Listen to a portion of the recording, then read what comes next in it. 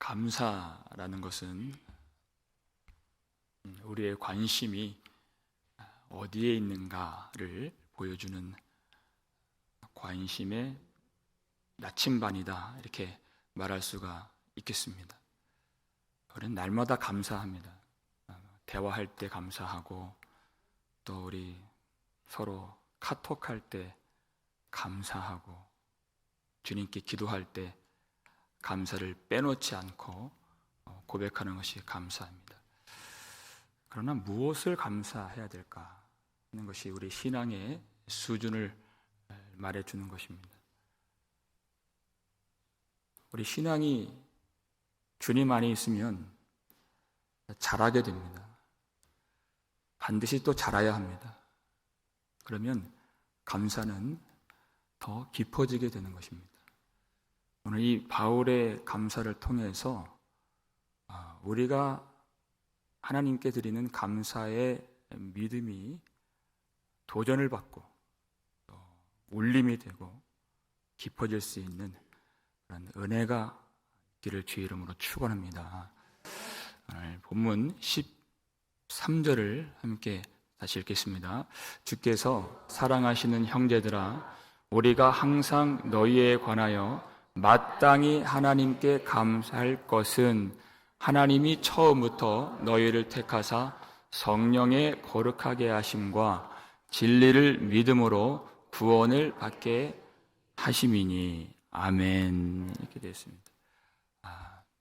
무엇에 대한, 누구에 대한 감사입니까? 주께서 사랑하시는 형제들아, 이렇게 되어 있어요. 우리가 항상 너희에 관하여 감사하고 마땅히 하나님께 감사한다는 것입니다. 마땅히 감사한다는 것은 하나님께 감사의 빚을 졌다는 것입니다. 이 감사를 하지 않는 것이 죄다. 감사하지 않으면 결코 되지 않는 그 이유가 있다, 이렇게 말을 하는 것입니다. 주께서 사랑하시는 형제들, 이 데살로니가에 하나님이 택정하신 영혼들이 있는데, 그 영혼들을 하나님이 진리의 말씀으로 구원을 받게 하셨다는 것입니다.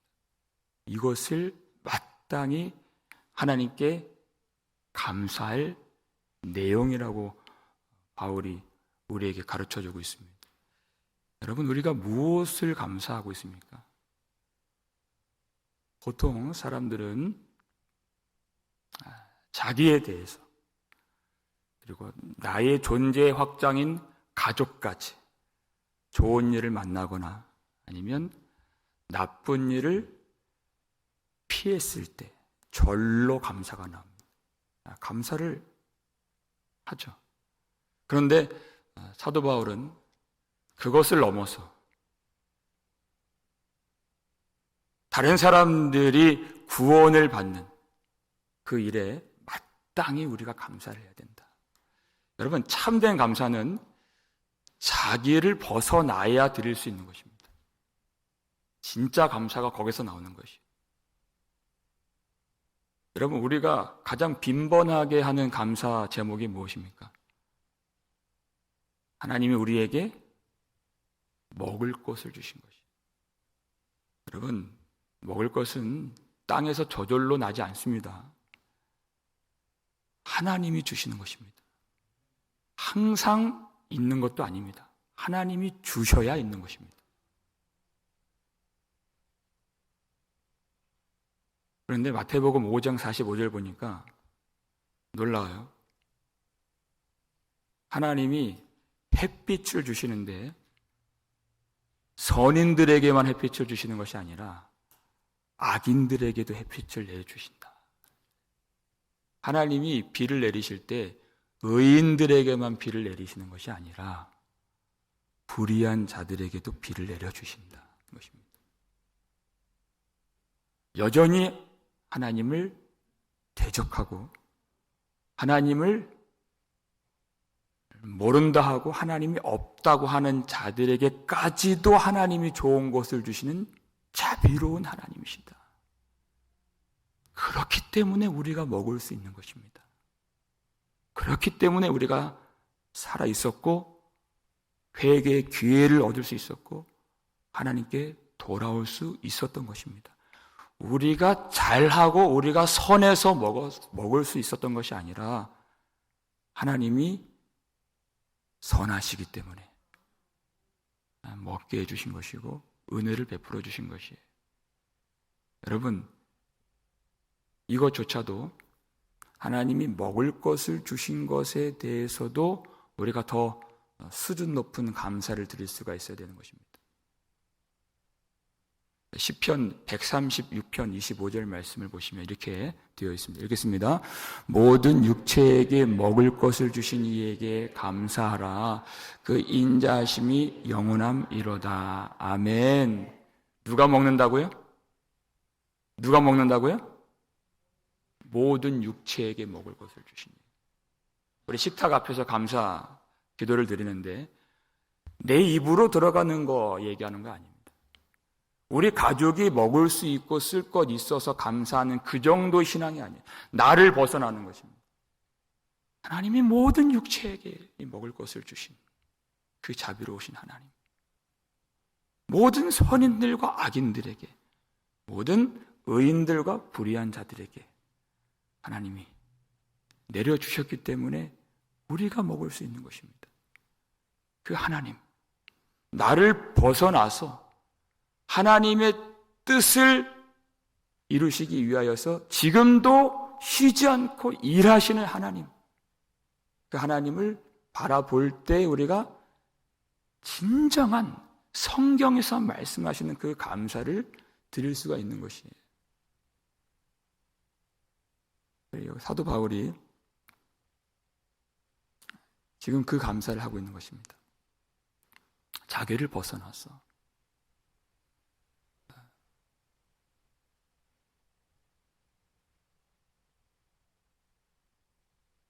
하나님께로 돌아와야 할 그 영혼들이 하나님을 만나게 되는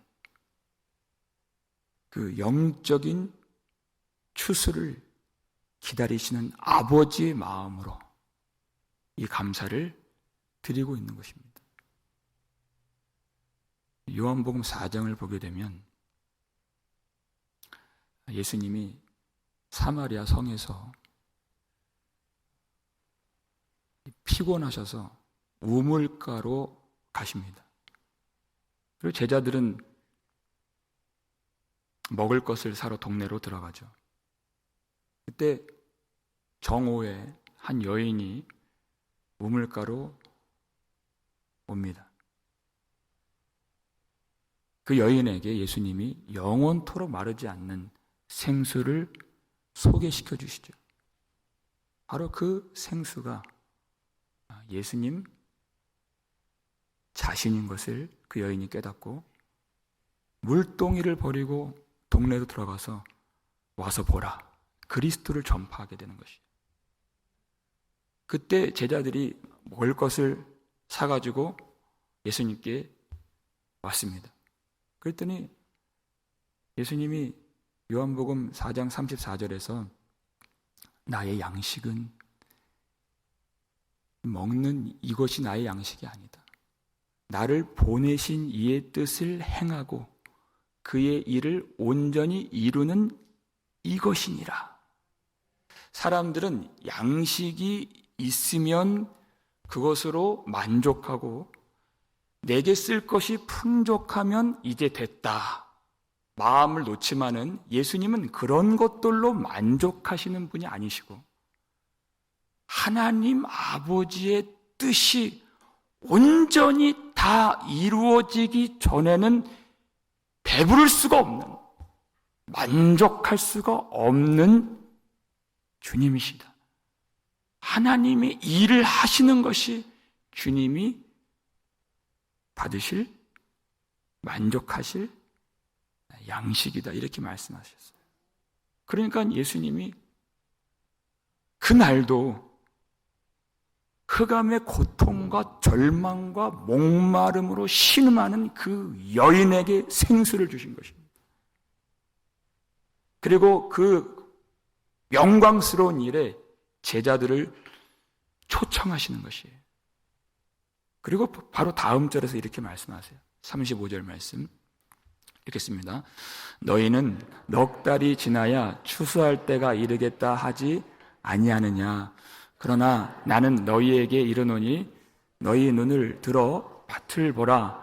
휘어져 추수하게 되었도다. 아멘. 이렇게 되어 있어요. 이 제자들은 아직 추수할 때가 안 됐다라고 생각해요. 왜냐하면 그들의 눈에는 항상 물질적인 것밖에 보이지 않기 때문에 시기적으로는 아직 이 들판이 추수할 때는 아니에요. 그러나 주님이 생각하시는 추수는 그러한 추수가 아닙니다. 눈을 들어보라는 것이에요.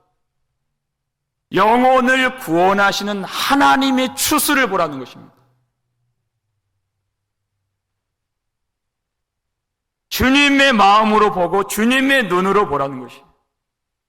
그러면 들판이 휘어져 있는 때가 된 것을 알게 될 것이다. 여러분, 추수에는 그 때가 가장 중요합니다. 농부들이 가장 중요하게 여기는 추수의 때인 것이에요. 이 때를 놓치면 1년 농사를 망치기 때문에 있는 사람 없는 사람 다 모아와서 일할 수 없는 밤이 오기 전에 모두가 동참하여서 그 추수를 이루는 것이 제자들에게 주신 명령인 것입니다. 그 때가 있다는 것입니다. 바로 이때라는 것이에요. 아버지께서 원하시는 그 구원의 추수. 요즘 같은 시대에 사람들이 예수를 믿겠어? 이런 의미 없는 허탄한 말을 버리고 믿음 없음을 버리고 눈을 들어보라는 거죠. 믿음의 눈으로 주님의 마음으로 그것을 보면 지금이 어떤 때인가를 우리가 반드시 알아야 된다. 지금 바울이 그 마음을 가지고 그 땅으로 들어간 것입니다. 거기는 마게도냐라고 하는 지금의 그리스 북부의 지역이에요. 그 마게도냐 첫 성이 빌립보죠. 빌립보에서 날마다 이 바울의 일행을 귀찮게 쫓아다니는 귀신 들린 한 여인이 있었어요. 그래서 그를 불쌍히 여겨서 예수 그리스도의 이름으로 명하여서 그 귀신을 쫓아냈습니다. 선한 일을 한 것이죠. 그런데 그 일 때문에 어떻게 됐죠? 그 귀신 들린 여종의 주인에게 고소를 당해서 감옥에 들어가요. 그들이 강제로 옷이 찢겨지고 매를 맞고 그 깊은 감옥에서 착고에 차이게 되는 그런 일을 당해요. 하나님이 보내신 환상을 통해서 가라 하신 땅이 바로 마게도냐입니다. 그런데 거기에 하나님의 뜻이 있었습니다. 거기에 간수가 예수를 믿고 그 간수의 집에 모든 사람들이 다 구원을 받았어요. 그 자리가 빌립보 교회가 된 것입니다. 그때 바울과 실라가 알게 된 것이 하나님의 추수는 하나님이 이루시는 것이구나. 그걸 알게 된 것이 내가 감옥에 들어가고 내가 고소를 당하고 내가 매를 맞고 내가 착고에 매이게 되는 것도 정확하게 한치의 벗어남이 없는 하나님 안에 있는 하나님의 일이었구나. 그걸 알게 된 것입니다. 그 믿음을 가지고 들어간 성이 바로 데살로니가. 어떤 일이 벌어집니까? 거기서는 오래 있지도 못했어요.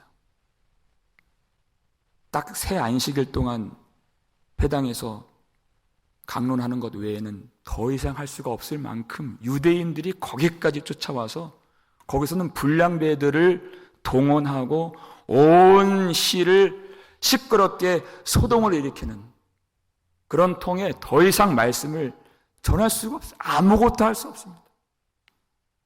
체계적으로 뭔가 가르칠 수도 없고 자신의 비전을 펼칠 수도 없는 그런 곳이 데살로니가였어요. 바울이 도망다니는 것 외에는 할 게 없었어요. 그리고 황급히 그 성을 빠져나왔습니다. 그랬는데 거기에 교회가 세워졌다는 것입니다. 얼마나 놀랍습니까? 우리가 마땅히 감사할 것은 하나님이 그 백성들을 불쌍히 여기셔서 진리의 복음으로 그들을 구원하시고 성령으로 거룩하게 하시고 하나님의 자녀로 그 백성들을 삼아주셨다는 것입니다. 자기가 한 것이 없어요. 감사는 바로 그것입니다. 자기의 수고를 내세우지 않는 것입니다. 자기의 능력으로 된 것이 아니에요.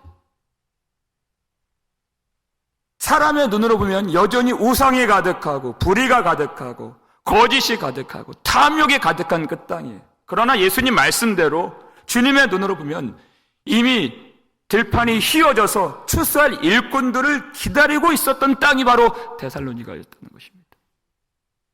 그걸 체험했어요. 바울의 능력으로 그들이 구원받은 것이 아니에요. 유대인들의 공격이 없었던 것도 아니고 그 교인들의 자질로 구원을 받은 것이 아니고 오로지 하나님의 은혜로 그들이 구원을 받았다는 것입니다. 감사하지 않을 수가 없는 것이. 하나님 여전히 일하고 계시고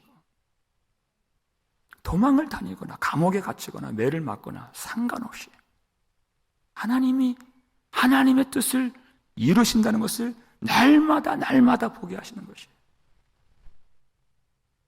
이 데살로니가 교회는 여전히 연약합니다. 그럼에도 불구하고 진리의 말씀을 믿는 그 한 가지 사실, 주께서 사랑하시는 형제들아 그랬어요. 주님이 그들을 사랑하신다는 그 한 가지 사실로 말미암아 감사할 수밖에 없는 것입니다. 여전히 유대인들은 그들을 핍박하고 있었어요. 세상에 문란한 문화는 성도들을 날마다 유혹하고 있었습니다. 또 그들은 종말론적인 이 교리에 문제가 있었어요. 예수님 재림하심에 대해서 잘못 알고 있어서 그들은 일할 필요가 뭐 있느냐 무의도식에 빠졌습니다. 말씀으로 체계적으로 세워지지 못하는 그런 약함이 있었음에도 불구하고 그럼에도 불구하고 하나님께 감사하는 것입니다. 여러분, 우리가 왜 염려하나요? 우리는 교회를 생각한답시고 염려를 하는 경향이 많이 있어요. 뭔가 부족하다는 것입니다. 이래서는 안 된다는 것입니다. 여러분, 그것은 하나님이 이 교회를 그의 손으로 쥐고 가신다는 것을 믿지 못하는 것입니다.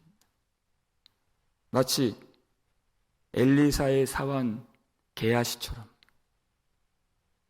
그의 눈에 보이는 것은 온통 대적들, 아람의 군사들과 병거들밖에 눈에 안 보여요. 아, 내 주여 우리가 어찌하오리까? 이것밖에 못합니다. 문제가 무엇이에요? 대적들이 많은 것이 문제가 아니라 그 게하시의 눈이 열리지 않은 것이 문제였다는 것이. 하나님이 그의 눈을 열어주신 것이. 이미 하나님은 거기에 계셨고 하나님의 불말과 불병거가 그 도단성에 가득한 것을 하나님이 보게 해주신 것입니다. 그게 문제였어요. 보지 못하는. 그러니까 성경에 아무것도 염려하지 말라 그랬어요. 우리 빌립보서 4장 6절 말씀이잖아요. 아무것도 염려하지 말라. 다만 모든 일에 기도와 간구로 너희 구할 것을 어떻게 해요? 그렇죠. 감사함으로 하나님께 아뢰라 하는 것입니다. 아무것도 염려하지 말아라. 그것은 하나님이 함께 하시는 것을 믿지 않는 것이기 때문에, 문제가 많아서 염려를 하는 것이 아니에요. 믿음이 없기 때문입니다. 그러니까 데살로니가 교회 성도들에게도 바울이 데살로니가 전서 5장 18절 범사에 감사하라. 범사에 감사하라. 이는 그리스도 예수 안에서 너희를 향하신 하나님의 뜻이니라. 아멘. 모든 것을 감사합니다. 왜 범사에 감사하느냐? 우리의 아주 나쁜 습성들이 있어요. 죽을 때까지 우리가 씨름하는 습성들이 있어요. 이 일은 좋은 일이다, 이 일은 나쁜 일이다 구분하는 우리 습성들이 있다는 것입니다. 어떻게 나쁜 일을 감사하나요? 아니에요. 나쁜 일이란 없는 것입니다. 우리는 자꾸만 이렇게 좋다, 나쁘다를, 이 선, 악을 판단하려고 하는 나쁜 습성들이 있어요. 알지도 못하면서. 그런 건 없어요. 하나님의 뜻 성취밖에 없는 것입니다. 하나님의 뜻 성취가 무엇입니까? 예수 그리스도. 예수 그리스도만 남는 게 바로 역사요, 우리 인생이요, 이 모든 펼쳐진 창조의 세계인 것이에요. 그거 말고 없어요. 하나님이 실수를 하시겠습니까? 실패를 하시겠습니까? 아니면 하나님의 생각 밖에 있는 무엇인가가 이루어지겠습니까? 그런 일은 없는 것이에요. 하나님이 요셉을 이끄실 때 우리가 생각하는, 인간들이 생각하는 나쁜 일들만 계속 일어나죠. 그의 형제들 10명이 한꺼번에 요셉을 죽이려고 했었어요. 그리고 돈을 받고 상인들에게 요셉을 팔아버리죠. 하나님이 그걸 막지 않으셨다니까요. 하나님이 계속 함께 하신다 그랬어요. 함께 하신다. 여호와께서 요셉과 함께 하시며. 근데 막지도 않으시고 형들을 꾸짖지도 않았어요. 어제까지는 채색 옷을 입고 있었던 존귀했던 요셉이 하루아침에 그 옷이 찢겨져서 그 옷에는 피가 발라지고 이제는 애굽 보디발 장군의 종이 된 거예요. 그리고 옷이 한 번 더 벗겨지죠. 그리고 누명을 써서 감옥에 들어가요. 하나님이 함께 하신다는데 그 누명을 안 풀어주세요. 감옥에서 빼내두지 않으셔요. 왜 그렇게 하십니까? 요셉이 지금 하나님의 뜻대로 정확하게 가고 있기 때문이에요. 한치 오차도 없이. 하나님의 뜻이 무엇입니까? 요셉을 통하여 그 악한 형제들이 구원을 받는 것입니다. 하나님이 요셉에게 주신 은혜는 우리가 소위 문제라고 일컫는, 문제라고 말하는 것들을 하나님이 해결해 주시는 것으로 은혜를 주시는 것이 아니라 하나님의 뜻을 알게 하시는 방식으로 은혜를 주신다는 것입니다. 그러니까 요셉이 뭐라고 그래요, 형들에게? 당신들이 나를 팔았다고 해서 근심하지 마소서, 한탄하지 마소서. 하나님이 생명을 구원하시려고 당신들보다 나를 먼저 보내셨나이다. 이 일의 주체가 누구십니까? 당신들이 아니라 하나님이십니다. 하나님의 뜻을 깨닫는 게 은혜예요. 그러니까 형제들에 대한 미움이 남아있나요? 그렇지 않아요. 은혜만 있는 거예요. 하나님에 대한 원망이 있나요? 불평이 있나요? 하나님 그때 어디 계셨습니까? 그렇게 쏘아붙이는 것이 있나요? 그런 것이 없어요. 은혜만 있는 것입니다. 그런 의미에서 우리 인생에 문제란 없는 것입니다. 이게 감사예요. 문제는 없는 것이 하나님의 뜻 성취만 있는 것입니다. 여러분, 물론 우리 인생에 문제가 있죠. 그건 힘들고 어려운 것입니다. 혈과 육을 가진 우리 인생 얼마나 무력합니까? 한 주간 아파 보니까 너무나도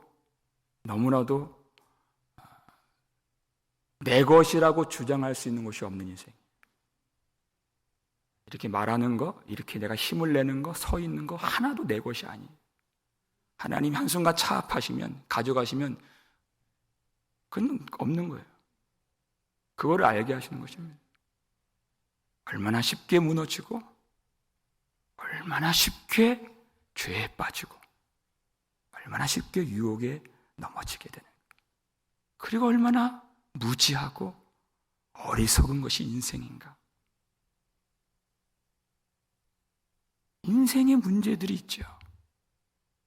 그러나 성경은 문제들을 말하지 않고 단 하나의 단수, 그 문제만을 얘기하는 것이에요.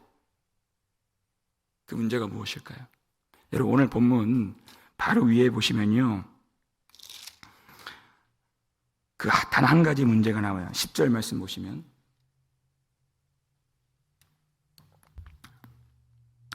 10절 중간에 이렇게 되어 있어요. 이는 그들이 진리의 사랑을 받지 아니하여 구원함을 받지 못함이라. 12절 함께 읽겠습니다. 진리를 믿지 않고 불의를 좋아하는 모든 자들로 하여금 심판을 받게 하려 하심이라. 이거예요. 이게 이 심판, 이게 인생에게 있는 유일한 문제. 여러분, 하나님이 요셉을 사랑하지 않으셨습니까? 절대 그렇지 않아요.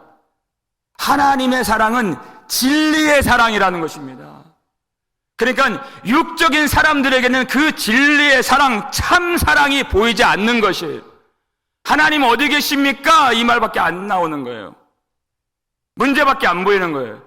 그러나 하나님의 사랑은 진리의 사랑, 그를 구원으로 이끌어주시는 진리의 사랑으로 하나님은 요셉을 사랑하고 계셨고 요셉과 함께하고 계셨다는 것입니다. 하나님의 뜻은 구원에 있는 것이에요. 그 구원을 받지 못하는 것이 인생의 유일한 문제인 것입니다. 그런데 하나님이 그렇게 무지하고 연약하고 스스로 깨닫지 못하고 알지 못하고 찾지 못하고 그 길을 갈 수 없는 인생들을 하나님이 처음부터 택하여 주시고 성령으로 거룩하게 하시고 진리를 믿어 구원을 받게 하시는 것이 얼마나 큰 은혜인 것입니까? 하나님은 얼마나 크신 분이십니까? 우리 인생에 문제들이 많이 있지만은 그 은혜가 너무 큰 것이기 때문에 그 문제들이 티끌처럼 먼지처럼 보여지기 때문에 없다라고 말할 수 있는 것이에요. 없는 것입니다. 그것이 우리가 하나님을 감사한다는 그 고백에 담겨 있는 내용인 것입니다. 우리에게 주신 그 구원이 너무나도 큰 것이기 때문에 감사라고 하는 것은 말할 수 없는 은혜를 베풀어 주셔서 우리를 하나님의 자녀로 삼아 주시고 우리를 구원하신 하나님의 은혜밖에 보이는 것이 없다란 뜻입니다. 그래야 우리의 구속을 위해서 십자가에서 피를 쏟아 다 이루었다 말씀하신 예수 그리스도께만 영광이 돌려지게 되는 것이에요. 우리의 죄를 사하시고 우리로 하나님 앞에 받아들여질 수 있도록 주님이 그 일을 다 이루셨기 때문에 여러분, 우리가 이 감사의 고백이 있다면 믿음으로 설 수 있는 힘을 얻을 수 있는 것입니다. 우리 마지막 15절 말씀 읽겠습니다. 그러므로 형제들아 굳건하게 서서 말로나 우리의 편지로 가르침을 받은 전통을 지키라. 아멘. 하나님이 하나님의 추수의 주인이 되시고 예수님이 십자가에서 모든 것을 다 이루셨다면 과연 우리가 무엇을 해야 되겠느냐? 우리가 할 것이 있느냐? 우리가 하나님의 뜻 안에 있기 때문에 굳건하게 설 수 있는 것입니다. 우리가 연약할 때도 있고, 아플 때도 있고, 실수할 때도 있고, 실패할 때도 있지만, 우리가 하나님의 손 안에 있기 때문에 다시 일어서서, 다시 굳게 서서, 믿음을 가지고 주님을 바라보며, 주님이 명하신, 주님이 먼저 가신, 우리와 함께 하신 이 길을 걸어갈 수 있는 것입니다. 우리 주님 어떤 분이십니까? 여러분 16절 보면 이런 말씀이 나와요. 우리 주 예수 그리스도와 우리를 사랑하시고 영원한 위로와 좋은 소망을 은혜로 주신 하나님 우리 아버지께서 어떻게 해요? 너희 마음을 위로하시고 모든 선한 일과 말에 굳건하게 하시기를 원하노라. 아멘. 3장 3절 보면 주는 미쁘사 너희를 굳건하게 하시고 악한 자에게서 지키시리라. 아멘. 하나님이 지키시기 때문에, 하나님 아버지 뜻 안에 있기 때문에 우리가 그 믿음 안에서 굳게 설 수 있는 것입니다.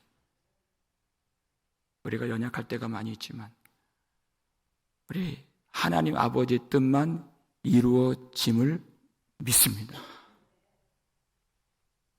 우리의 단 한 가지 위로, 주께서 사랑하시는 형제들아, 주께서 사랑하시고 우리를 사랑하시는 아버지께서 우리의 마음을 위로하시고 우리 모든 일에, 모든 가정의 일에, 우리 사역에, 우리 교회와 선교와 이 세계 열방의 모든 일 가운데 하나님의 뜻만 이루어질 수 있도록 지금도 역사하신 하나님, 그 하나님을 믿으며 그 하나님께 감사하며 감사의 능력이 회복되어서 믿음을 지키고 우리 자신이 하나님께서 받으실 만한 열매가 되는 그 축복을 누리며 날마다 우리 믿음이 자라고 감사가 깊어질 수 있는 은혜가 있기를 주의 이름으로 축원합니다.